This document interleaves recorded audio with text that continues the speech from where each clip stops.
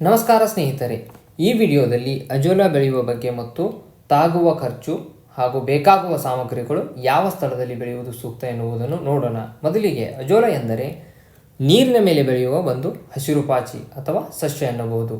Azolla ಬೆಳೆಯುವುದು ಬಹಳ ಸುಲಭಕರ ವಿಷಯ. ಇದನ್ನು ಹಾಲುಳಿಯುವ ಪಶುಗಳಿಗೆ, ಮೇಕೆಗಳಿಗೆ ಮತ್ತು ಕೋಳಿಗಳು ಸಹ ನೀಡಬಹುದು.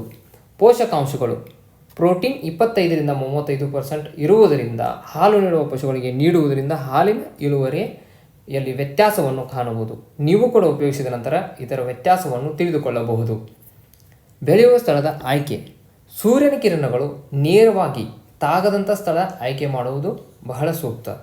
25-30 ಸೆಲ್ಸಿಯಸ್ ತಾಪಮಾನದಲ್ಲಿ ಬೆಳೆಯಬಹುದು.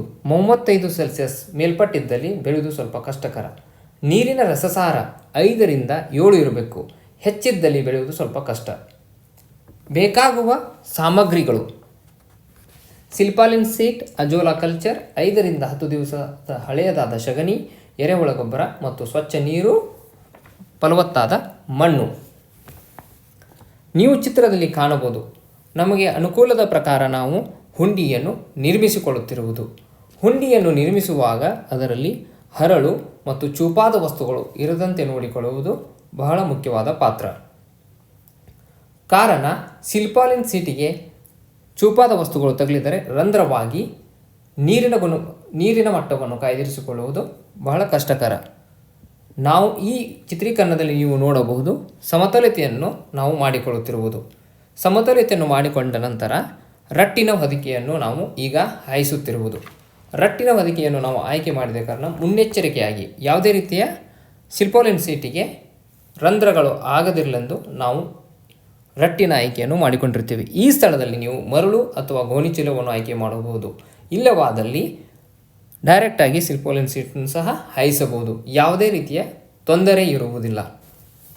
ಸಿಲ್ಪಾಲಿನ್ ಸೀಟನ್ನು 4 ಬದಿಗಳಲ್ಲಿ ಸಮನಾಗಿ ಬರುವ ಹಾಗೆ ಹಾಯಿಸಿಕೊಳ್ಳುವುದು, ಬೋತ್ ಮಾಡುವ ಹಾಗೆ ಹಾಯಿಸಿಕೊಳ್ಳುವುದು ಬಹುಮುಖ್ಯವಾದದ್ದು.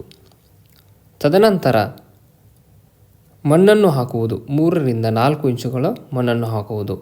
ಈ ಮಣ್ಣಿನಲ್ಲಿ ಈ ಮೊದಲಿಗೆ ನಾವು ಎರೆಹುಳ ಗೊಬ್ಬರವನ್ನು ಸೇರಿಸಿಟ್ಟಿದ್ದೆವು.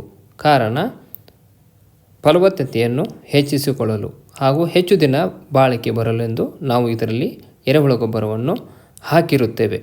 ಮತ್ತು ಎಲ್ಲ ಭಾಗದಲ್ಲೂ 3-4 ಇಂಚು ಮಣ್ಣು ಸರಿಯಾಗಿ ಬರಲು ಸಮತಲತೆಯನ್ನು ಮಾಡುವುದು. ಮಾಡಿದ ನಂತರ ಈ ಮೊದಲಿಗೆ ಹೇಳಿದ ಹಾಗೆ 4 ಬದಿಗಳಲ್ಲಿ ಬೋದನ್ನು ನಿರ್ಮಿಸಿಕೊಳ್ಳುವುದು. ಬೋದನ್ನು ನಿರ್ಮಿಸಿಕೊಳ್ಳುವುದು ಬಹುಮುಖ್ಯವಾದದ್ದು. ತೇವಾಂಶ ಇರುವ ಕಾರಣ ವಿಷಜಂತು ಹಾಗೂ ಹುಳುಗಳು ಕೆಳಭಾಗದಲ್ಲಿ ಹೋಗದಿರಲೆಂದು, ಹಾಗೆ ಮಳೆ ನೀರು ಸಹ ಒಳಗಡೆ ಹೋಗದಿರಲೆಂದು ಮಾಡಿಕೊಳ್ಳುವುದು ಉತ್ತಮ. 10 ಲೀಟರ್ ನೀರಿನಲ್ಲಿ 1 kg ಸಗಣಿಯನ್ನು ಮಿಶ್ರಣ ಮಾಡಿಕೊಳ್ಳುತ್ತಿರುವುದನ್ನು ನೀವು ನೋಡಬಹುದು. ಈ ಪ್ರತಿಕ್ರಿಯೆಯನ್ನು 7 ದಿವಸಗಳಿಗೊಮ್ಮೆ ಇಲ್ಲ 10 ದಿವಸಗಳಿಗೊಮ್ಮೆ ನಾವು ಮಾಡಬೇಕಾಗುತ್ತದೆ. ಅಜೋಲಾ ಹೊಂಡದಲ್ಲಿ ಪೋಷಕಾಂಶಗಳನ್ನು ಕಾಯ್ದಿರಿಸಲು ಇದು ಮಾಡುವುದು ಬಹುಮುಖ್ಯವಾದದ್ದು.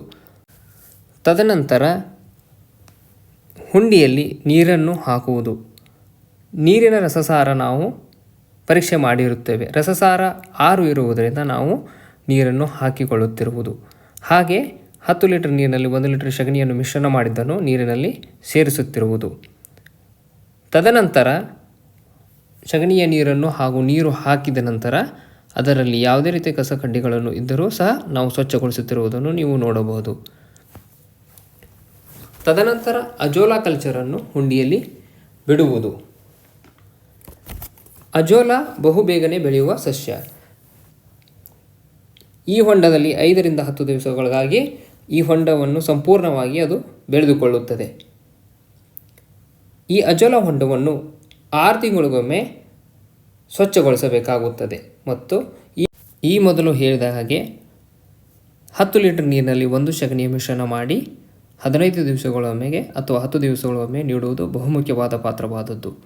ಮೊದಲಿಗೆ ನಾವು ಹುಂಡಿಯನ್ನು ಸಣ್ಣದಾಗಿ ನಿರ್ಮಿಸಿಕೊಂಡಿದ್ದೆವು. ಪಶುಗಳ ಸಂಖ್ಯೆ ಹೆಚ್ಚಾಗಿದ್ದರಿಂದ ದೊಡ್ಡದಾಗಿ ನಿರ್ಮಿಸಿಕೊಂಡಿರುತ್ತೇವೆ.